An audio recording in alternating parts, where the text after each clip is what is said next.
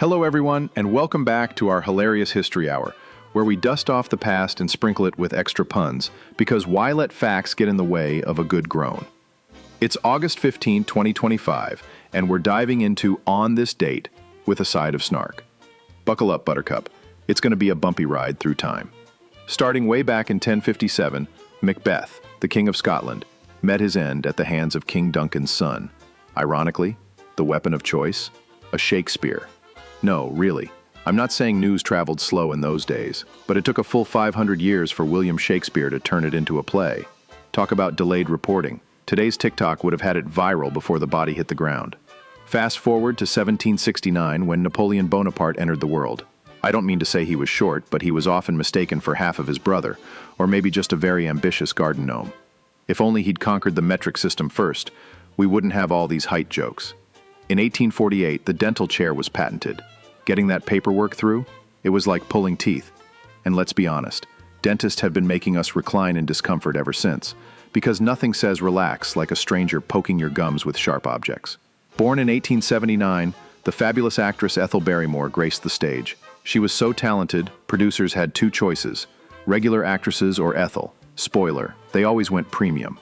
If acting were a gas station, she'd be the high-octane option that makes your engine purr. 1911 brought us Crisco from Procter & Gamble. After all these years, I didn't realize you could use it for cooking too. Thought it was just for greasing up those awkward family reunions. Slippery stuff, that history. On this date in 1914, the Panama Canal welcomed its first ship. Without anesthesia, mind you. There was a bit of straining, but it went smoothly otherwise. And really, who among us hasn't blamed a passing ship for our problems? The local store even baked bagels for the passengers, so they could enjoy the canal locks with a smear of cream cheese. Talk about a holy experience. In 1939, The Wizard of Oz premiered at Grauman's Chinese Theater in Hollywood. Happy 86th birthday to Dorothy and the gang. Wait, no, 85th? Math isn't my strong suit, but neither was the Tin Man's oil can budget. The first half of the movie had folks complaining about the lack of color. Little did they know it was just building suspense. Sponsored by the Lullaby League, of course, Munchkins got in for half price, and critics sniped it'd only be a hit when monkeys fly. Well, it knocked it out of the park somewhere over the rainbow. In honor of the occasion, the first half of today's show was in black and white. It was a total success, or should I say, a barking triumph. Don't get me started on the flying monkeys. They're still the original drone delivery service. 1945 saw the end of gas rationing after World War II. If only we'd stuck with it, we wouldn't be in this fuelish mess today. We'd all be driving electric cars powered by good intentions and unicorn farts. In 1965, the Beatles rocked their largest crowd ever. 56,000 screaming fans at Shea Stadium in New York City, raking in $304,000. Crunching the numbers, that's about $5.42 a ticket. Nowadays, that wouldn't even buy you a glimpse of one of Taylor Swift's backup dancers' shoelaces. Inflation, am I right? Or should I say, Beatlemania meets wallet phobia.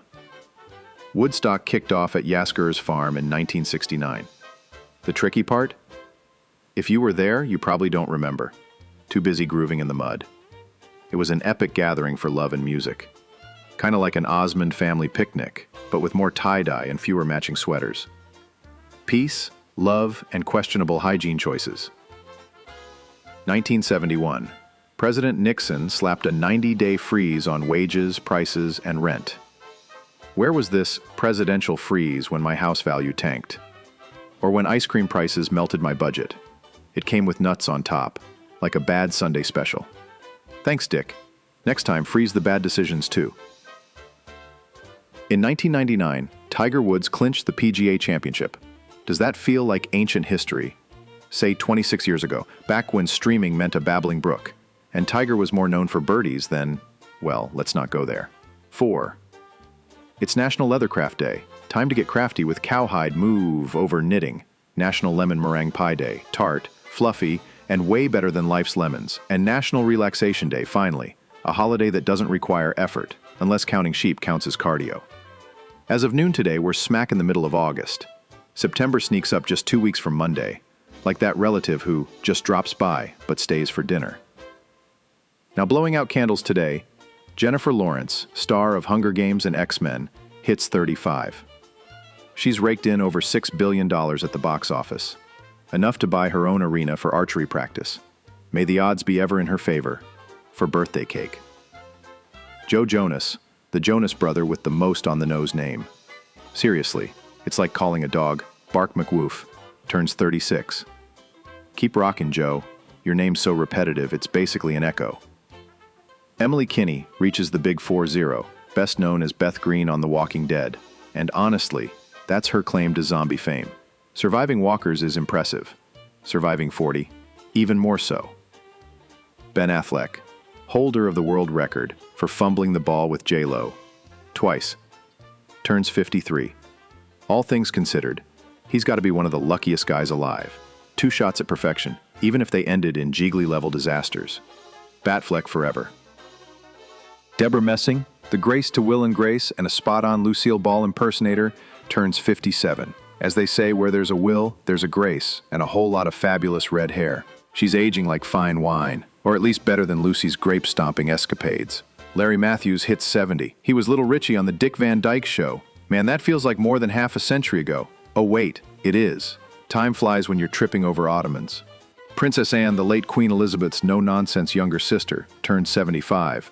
She's the royal who prefers horses to tiaras. Talk about naysaying the drama. Pat Priest, the second Marilyn Munster from the Munsters, turns 89. Now she really fits in with the family, closer to Grandpa's age. He was 236, remember? These days, she looks more like Lily than the normal one. Aging gracefully, more like monstrously magnificent.